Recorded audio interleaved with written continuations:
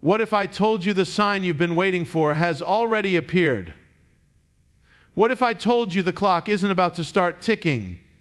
It already is. For years we've heard about the end times warnings, prophecies, symbols, and for most people it was just noise, just words in a book, just another preacher crying out in the wilderness.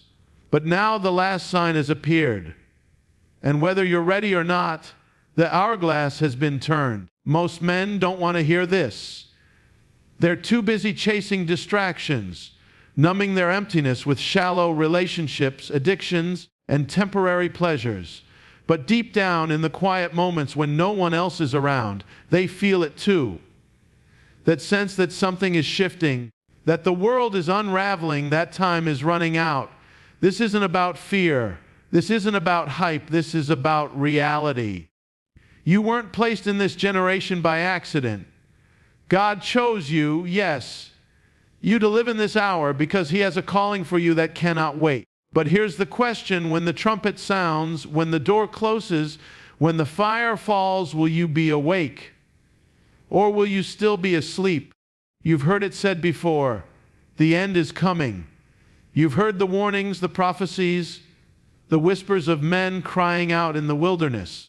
And maybe you thought it was just talk, just noise, just another preacher shouting about judgment while the world keeps on spinning. But what if I told you the last sign isn't coming? It's already here. What if I told you the trumpet is already at the lips of the angel? The door is already swinging shut and the hourglass has already been turned. The final sign has appeared. It's not hidden. It's not a secret. It's in plain sight for all who have eyes to see. And yet the world sleeps. Why? Because the enemy doesn't always come with horns and fire. He comes with comfort. He comes with distraction. He lulls you into scrolling, consuming, chasing pleasure after pleasure until your fire dies and your soul forgets what it was made for.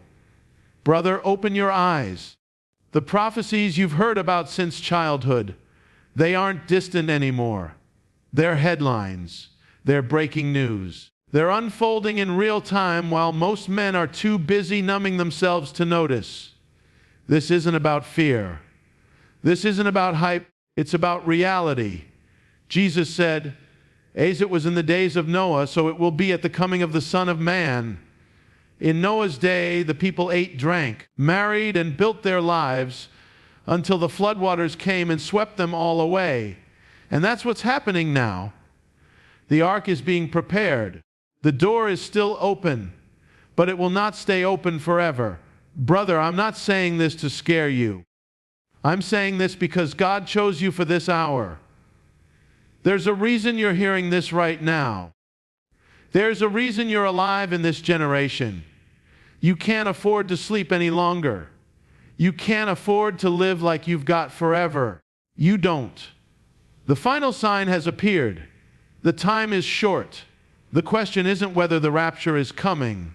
It's whether you'll be ready when it does. You think the enemy comes for you with fire. You think he comes with storms, with weapons, with fear. But for most men, that's not how he works. He doesn't have to attack you if he can seduce you with comfort. You were born for battle, for purpose, for fire. But the enemy knows if he can keep you comfortable, entertained, distracted, lulled into spiritual sleep, he can steal your destiny without you even realizing it. Think about it. Samson didn't lose his strength in battle. He lost it in the lap of Delilah. David didn't fall at the height of war. He fell on the rooftop in a moment of idleness. The greatest threat to your soul isn't always pain. It's pleasure. It's the scrolling late at night when your spirit is empty. It's the shallow relationships you use to numb your loneliness. It's the temporary escapes that leave you feeling more hollow every time. Brother, you weren't created for comfort. You were created for fire. The world says comfort is the goal. Build your life around ease, pleasure, success. But heaven says, take up your cross, deny yourself, follow me.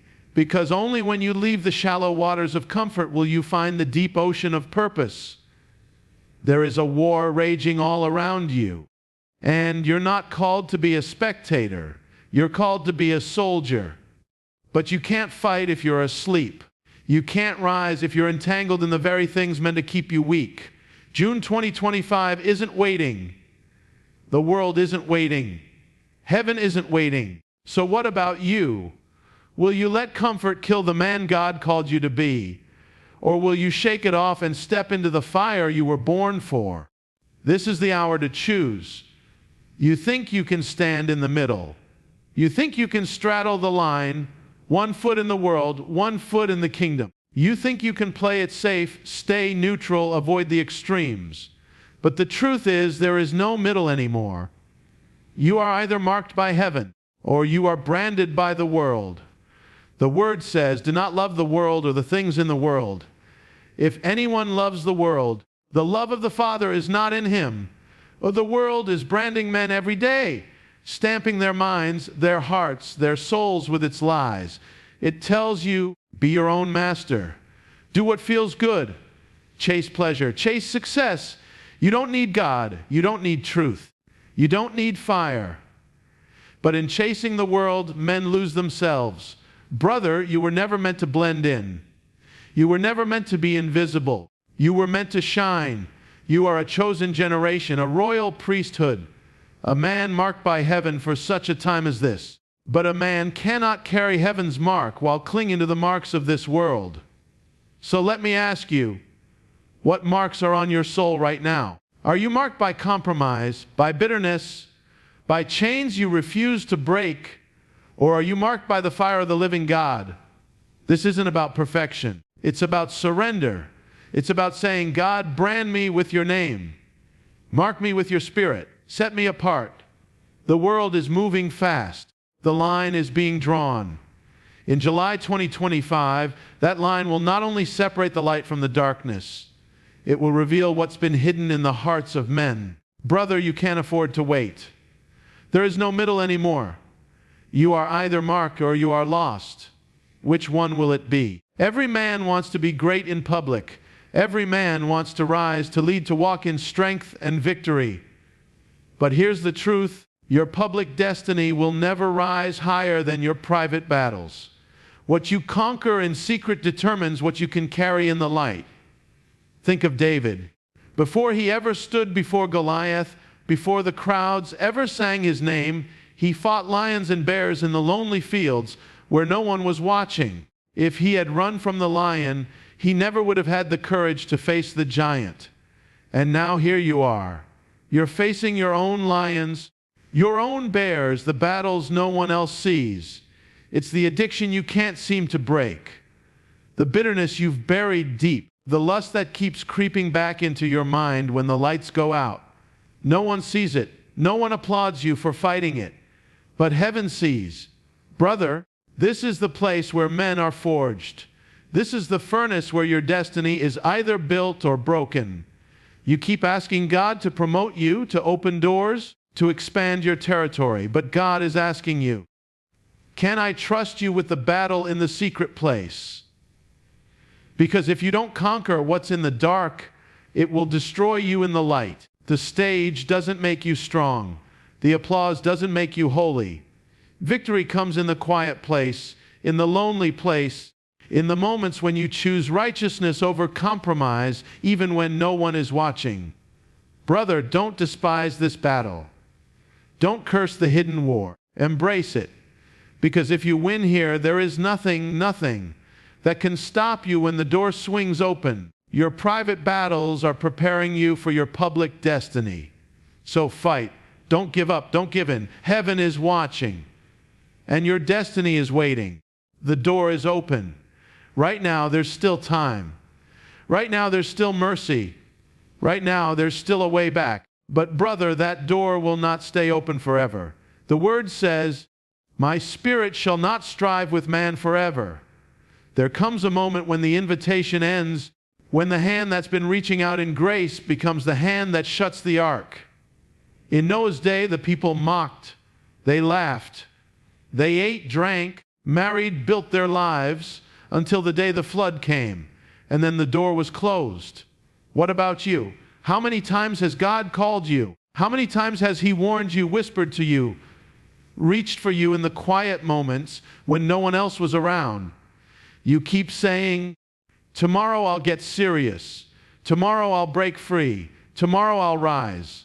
But tomorrow is the lie of the enemy. There will come a day when there is no tomorrow. Brother, the door is open now. The invitation is for this moment, not next week, not next year, not someday. This is your hour, because the door isn't just about heaven and hell.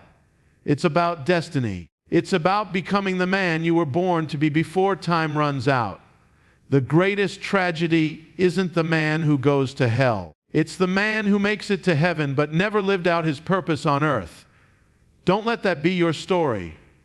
The door is open, but it's closing. The time to rise is not later. The time is now. You could have been born in any generation, the days of Moses, the days of David. You could have walked beside the apostles or stood in the upper room when the Spirit fell like fire. But you weren't. God chose this time, this hour for you. And that means something. It means you were born for war, for fire, for truth in an age of deception, for light in a time of rising darkness. You were not made for comfort. You were made for confrontation. You were not made to blend in. You were made to stand out. This generation is full of noise, full of compromise, full of wandering men with hollow eyes and empty hearts. And in the middle of that darkness, heaven planted you. Not by accident, by design, because your very existence is a threat to the enemy's agenda. That's why he's tried to break you. That's why he's come after your identity, your mind, your heart. That's why you've battled in silence while others laughed their way through life. But here's what the enemy doesn't want you to know. The very fire he used to try and destroy you, God is using to refine you. Brother, there is a mission written over your life. Souls are tied to your obedience. Chains will break because of your yes. Destinies will shift because you decided not to quit. You weren't born to survive this hour. You were born to lead in it. But you have to rise. You have to wake up. Because time is not waiting. And you are not just a man. You are a chosen one born for this moment in history. Don't let it pass you by. And now you've heard the call. This isn't just another video. This isn't just another voice on your feed. This is heaven knocking.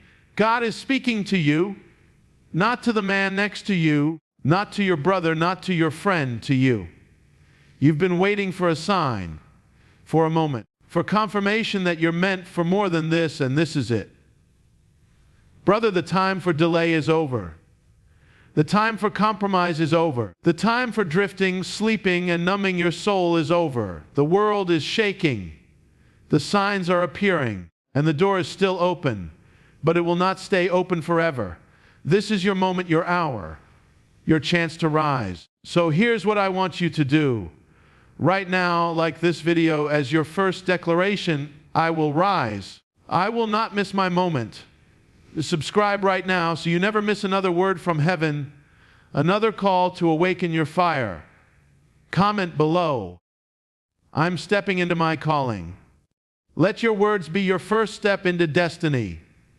And share this message with another man who's asleep, another brother who needs this word before the door closes. This is an entertainment. This is an appointment. The hour is late. The call is real. It's time to wake up. It's time to rise. The trumpet is about to sound. Will you be ready?